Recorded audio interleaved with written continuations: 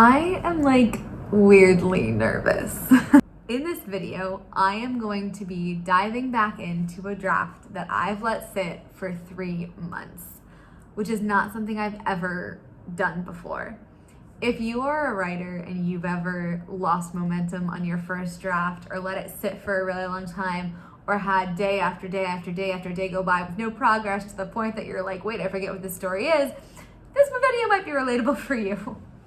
I'm gonna go through, I'm gonna tell you a little bit about the project and kind of walk you through vlog style, like how I've come back to this project and how I'm trying to approach it to get back into it.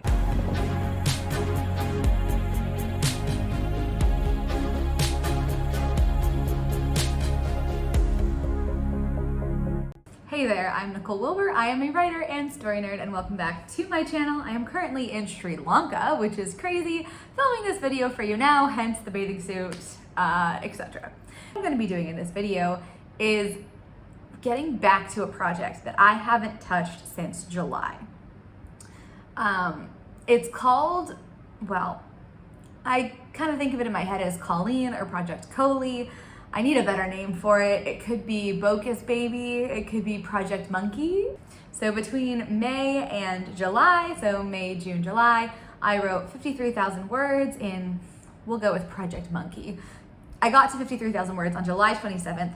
The other thing that happened July 25th, I think, was I went to Oxford for my creative writing summer course. And the moment the last week at Oxford, I got my edits back from my agent on some kind of criminal. And so then I spent the next 2 months, which were also very busy, traveling, festivals, family vacations, etc., until 2 weeks ago? Was it 2 weeks ago? Yeah, until 2 weeks ago, working on the edits for my agent. I sent them over mid-October, kind of as planned. And then I've just been sort of taking a moment.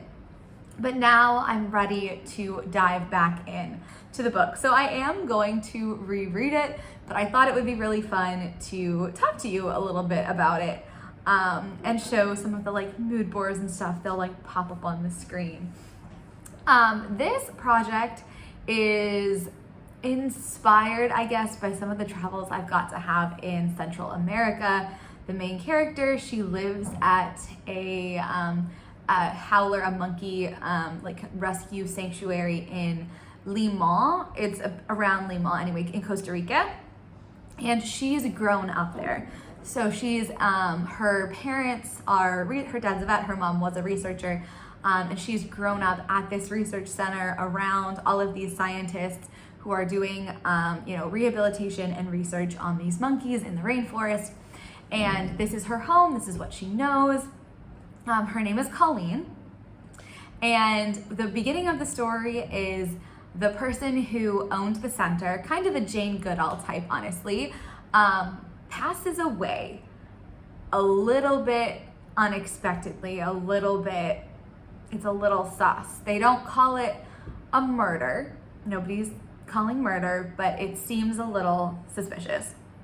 She passes away, and because she was this huge name, she was the reason they had all their funding. So the center loses their funding and the center is going to close.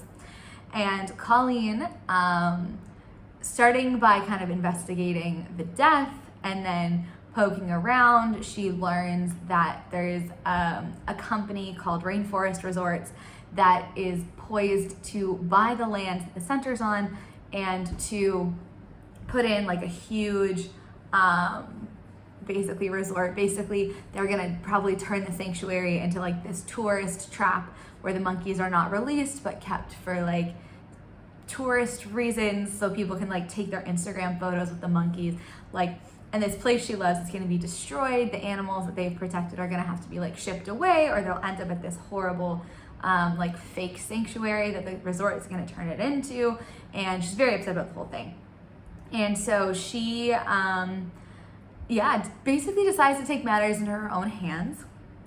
And when she does that, she acts very rashly, she gets in trouble, and then she ends up on the run from the police. Both trying to solve the murder to save the sanctuary and to kind of save herself. And she's not, of course, going by herself. So she has two friends. One, his name is Sherman. I named him after my accountant. I love my accountant. He's so great. Sherman also grew up at the center. His mom is a researcher who's often away up in the rainforest doing her papers and stuff. And he is a computer genius. He's also very attractive. That's like he's like attractive computer genius guy, and that's not a character trait. It's a first draft. And he's like very sweet. They're best friends. There's also Miguel, they're all 18, like they would have just graduated high school. There's also Miguel, who's probably 20, and he's a native Costa Rican, and he's there kind of like on an internship as a veterinary assistant, so he like works with the animals. And he ends up, like, they're all friends, they're about the same age. The kids work in the lab kind of alongside him. He's super young. It might be a gap year, maybe he's 19. I'm not entirely sure, whatever. Again, we'll iron these things out, small details. And so he ends up going, and then the other person who goes is her friend, Isabella. And this is the tea, is that being a kid who's raised, like, she's American, I think. I have her being American, not Canadian, for reasons. And I have her, she's being raised in Costa Rica. And so her dad, a couple of years ago, decided for high school to send her to a boarding school. While she was at this boarding school, she met a friend named Isabella. And now they became best friends at this boarding school. Maybe with the vibes of a little bit more than friends. And then Colleen got expelled from the boarding school, and it's all Isabella's fault. This girl from her past shows up as well right at the moment that everything goes to shit. It's her ex-best friend, because this friend betrayed her. We're not entirely sure how, but we know she got expelled and Isabella's the reason. And Isabella also ends up going off on this adventure with them. And off they go from Costa Rica to Bocas del Toro, and they make their way towards the embassy in Panama City, where I believe our final thing will happen. So I remember a little bit about the story, clearly, but I don't remember that much. Like, I'm rereading my outline. I also really should have like made notes on when I knew I was gonna have to pause it to do all this other writing. I really, like, pro tip, if you have to pause at something, write some notes to yourself on like what is happening next. I do have an outline, but it doesn't really make sense. Is I started a spreadsheet of like scene, chapter, description, story beat, etc. I'm gonna read the book, fill out the spreadsheet. I'm also gonna have to pay attention to what clues I'm dropping as I go, because this is a mystery, because there is a murder. It was a murder, spoiler alert. I think everybody who picks it up and reads the first chapter will kind of know that. There's the murder, but then there's also a lot of complicated environmental regulation and like legal shit that she kind of has to uncover that I'm trying really hard to make interesting. Part of the reason I love this story is I've gotten to go into a little bit of like a science, like conservation, that's the word, around conservationists, around like several small reserves versus one large like reserve for animals, and what are good conservation practices, what does bad conservation practices look like.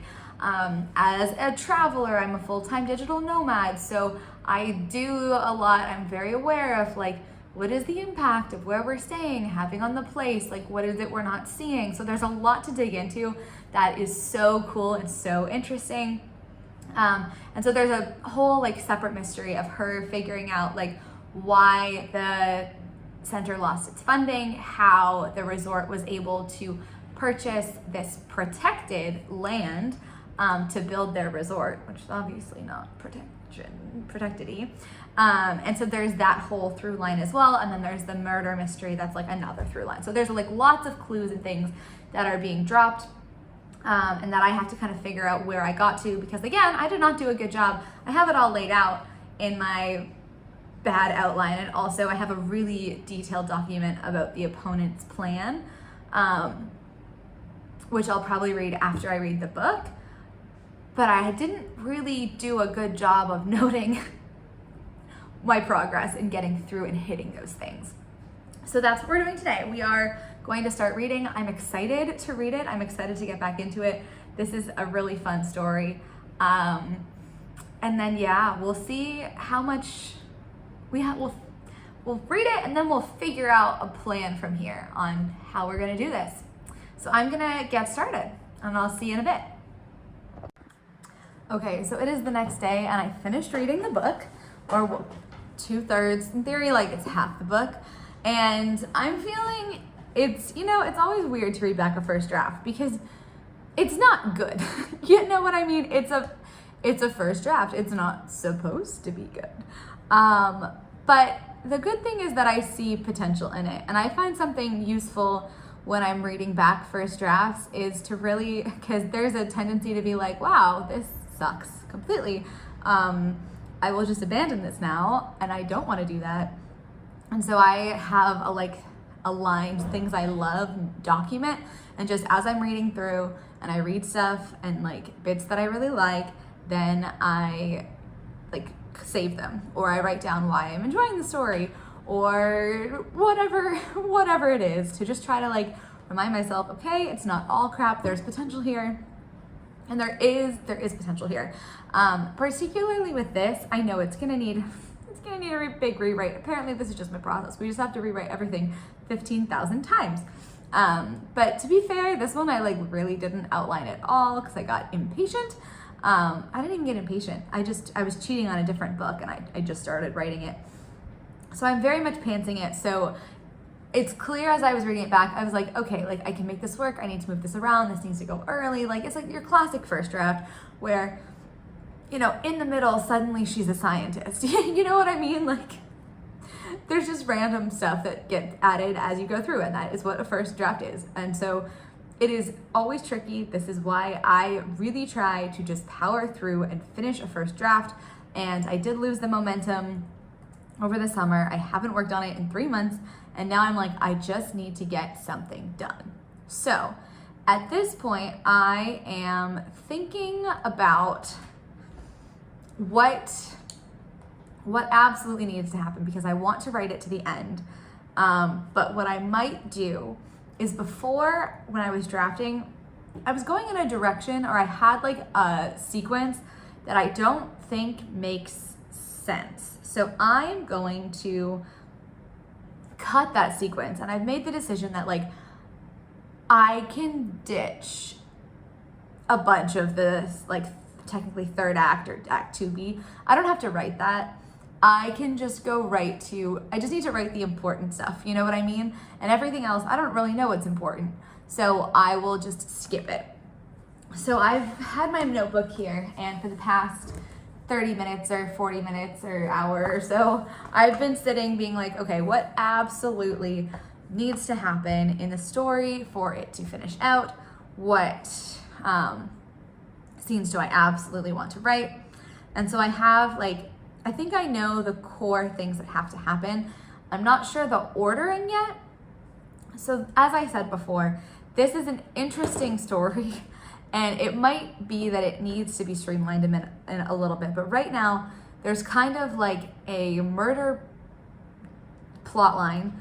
There is a chase, the main character is kind of being hunted, and then there's this we have to save this conservation center. There's a second mystery around some corruption and stuff. That's all tied in, and that's normal for a story like this, right? It's normal for a thriller to have you want to figure out more than just who the killer is. It's cool if you're trying to figure out other things, right? So that makes it tricky in that for that last plot, which let's call it the corruption plot or whatever, that's where my MacGuffin is coming in, of they're going to go and try to steal this thing. And I'm trying, and it's a boring MacGuffin. I don't know, I'm not feeling super confident in the MacGuffin at the moment. It's paperwork, but it's important paperwork, so we'll see. But I need to write it, and then I can fix it, right? So I need to write it. And that is what it is so far, is we're stealing this paperwork. I just had an idea of what we could be stealing instead. Anyways, to make it more thrillery, maybe that could work. Anyways, it's kind of like an Aaron Brockovich meets the Da Vinci Code vibe of like, we have all of those 3 threads going on, plus like the character development and the character relationships. And so I'm just having a hard time figuring out what the order should be. Because I think I'm leaning into this not being a pure heist story. And it's not, because it has a murder. But it is a heist, but it doesn't have a lot of the same structure as a heist. It's leaning more into that thriller where we're stealing things at the moment, which is fine. Because if it was a heist, the heist would have the all is lost would be the heist, but because it's more thrillery, it's gonna be a different all is lost here at the mercy of the villain type situation. And then I'm also trying to be like, okay, I can't do the same thing that I did in my other book, in Some Kind of Criminal. I wanna make it fresh, I wanna make it different. I want it to be like new. And so I keep putting my characters on damn boats and going to the top of damn buildings. And I'm like, we can't do that because we did that in the last one. We can maybe do a boat in this one because the boat was at the beginning. But we can't go to the top of a building, which is too bad. So, yeah. Just trying to figure out the scenes, figure out what I'm gonna be writing. There's definitely gonna need to be some like, once I have it written, there's definitely gonna need to be some like decisions made around what the primary through line is and which genre I'm leaning into more. Yeah, but I also want to finish it off before I send anything to my agent, if that makes sense. So I want to do the first draft, and then once we've kind of gone back and forth and things are moving on Some Kind of Criminal, then I want to like say to her and get her input on which to work on next, which would be either the Nutcracker or this one, Monkeys. So I need to like just have a story down right now for it. That'll just make me feel better. So anyways, I'm gonna keep doing this, keep brainstorming, keep thinking things through, and I will report back on how it's going once I have figured things out. Basically, I'm just taking like the obligatory scenes, like in a heist, we need to like steal. In any sort of thriller, you need hero at the mercy of the villain. In a murder, you need like reveal of the killer, and you need like a false ending, maybe, possibly. I don't know if I'm gonna do that. I hate false endings. Like, I really don't like that convention. Anyways, I might have to pull out John Truby's Anatomy of Genres at some point too, but that'll be after. That'll be after I finish this first draft. We just need to finish the draft. We need to figure out what we're writing and finish the draft. So, see you in a bit. All right, so over the past day, I've written 7 notebook pages. Arrows, there are jot lines, everything is crazy. But I have had some really good ideas that I'm excited about that I didn't have in the original planning. And I'm really excited to write this ending. Like, so excited. I don't know. What I think, if I had like a writer bingo card, one of the things on it would be a kidnapping. I get to do it. So anyways, after I did this, I actually sat down just now. I literally just finished it, and my goal was to write 500 words because I was feeling really nervous about getting back into this draft of like, do I remember how to write this story? It turns out that I do. I chose a scene that I had kind of sharply in my head. I am leaving a gap in what would probably be like the bad guy's close-in beat, probably like a sequence at least of scenes that I'm just kind of not writing because I'm pretty sure that everything is gonna change, so what would need to be in those scenes would be different anyways, and I'm not quite sure how they get the information that is going to lead to this other sequence, but that is a problem for later because you know what? Who cares about the bad guys close-in section? Nobody cares about Act 2B. We're going right into well, the second half of Act 2B. We're going right into mostly Act 3. We're gonna get through Act 3. It's gonna be great. It's very common for me to skip some part of this, actually, in a first draft. I think I might have done it in every single first draft I've written. Even the one where there wasn't a lot of complicated plot. Even the romance, I was like, man, let's get to the all is lost moment. So, you know, it's a process. It's my process. Maybe that makes it sound less bad. Anyways, I sat down and I said, okay, I'm gonna write 500 words. Usually I would try to write like 1,000, 1,500 words a day. When I was making really good progress on this book, I was doing, let's just see for fun. Yeah, anywhere from like, on the days I was actually writing, 1,300, 1,400, 2,000, 1,800, 600, 1,500, 6,000. Oh, June 19th. Wow, I had a good day that day. But I'm usually between like 1,200 and 2,000. But it's feeling really hard to get into it. And I'm like, I don't know, it's feeling tough. And so I'm trying to make it super easy. 500 words is nothing. It's like half an hour. So I wrote the first scene in 3 weeks or 3 months on this book. It ended up being 725 words, but again, the scene came so easily. It was really nice. I had it clear in my head. It was great. And I'm excited to write the next one. I am going to purposefully try to underwrite this, so I'm not going too overboard. I'm not gonna write tons of like detailed description or any of that. I'm really just trying to get a sense of the shape of the story. And it's fun. Like, I'm writing it and I'm like, oh yeah, I remember why I like this. I remember why I like these characters. And yeah, it's gonna be great. I'm more excited to edit than I am to do this draft, to be honest with you, but I am confident that I'm gonna be able to finish it in the next little bit. Let's just keep going, 500 words a day, and I will get there. So, overall, some lessons I've learned from this process, and my advice to you, if you are having, there goes the light, if you're having if you're in a similar situation to me. So number one is that what I was telling you about writing down what I love as I went, right, like pulling back those pieces of original inspiration, the boards, the Spotifys, whatever, as you're rereading, trying to be nice and trying to look for the good things, because your goal is to both re-familiarize yourself with the story, but also to give yourself the motivation to keep writing the damn thing. So write down what you love as you go. I guess tip number 2 is that plot holes are inevitable in first drafts. I found so many plot holes, you guys. Like, I don't know if I'm okay with how many plot holes I found, but you know what? It's fine.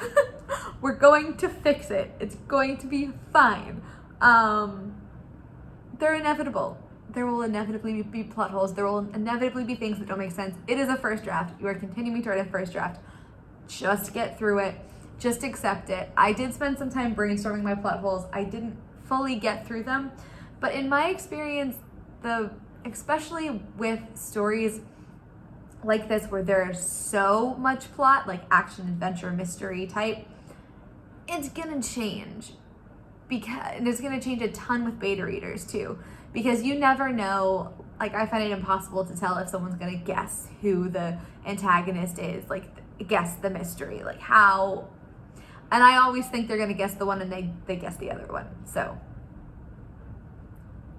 a lot will change. It's fine. There will be a time and place to fix the plot hole.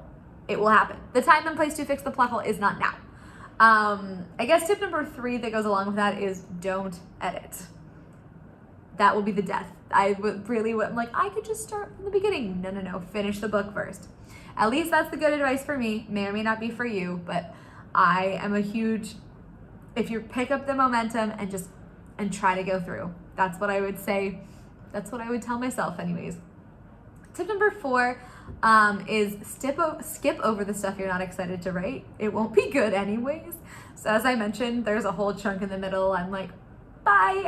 I don't know what happens. It doesn't matter. I vaguely know like the relationships are advancing and they're gonna have to figure X thing out, but X thing is gonna change, so just, if you're not excited, just skip it. Write a placeholder, write a sentence of what that scene's gonna be, whatever, just skip it, it's fine. It's a first draft. And finally, be gentle on yourself. Ease in. I'm setting a low word count goal. Just be gentle, work on loving it, is what I'd say. I've learned that this process is just trying to love the story again. It's easier than I thought it would be, actually. Reading things through, I'm like, oh, I remember where I was writing that and when I was writing that and why I was so excited. And yeah, just let yourself ease in, lower. Don't expect yourself to be hitting the same word count goals you were when you dropped off. It's just not realistic. You have to kind of get back into it, and you will finish the book. And I'm saying that to you, and I'm also saying it to me. I've finished books before, even if you haven't. I'm 50,000 words in, however many words you have. We're gonna finish our books, and then we're gonna get to say first draft done, and it's gonna be great. Thank you so much for watching. I would love to hear if you've ever had to do this before and what tips you would offer. If you've never had to stall in the middle of a draft and then pick it back up, I don't know. I'm interested in hearing what you're writing and how you kept yourself consistent. Thank you so much for watching. I'm Nicole Wilbur. Keep an eye out for more videos. You can pop over to my Substack as well. I released a fun article today about, oh yeah, it's called Stop Giving Your Characters Trauma. It's a fun one. Thank you so much for watching, and I will see you next time. Bye-bye.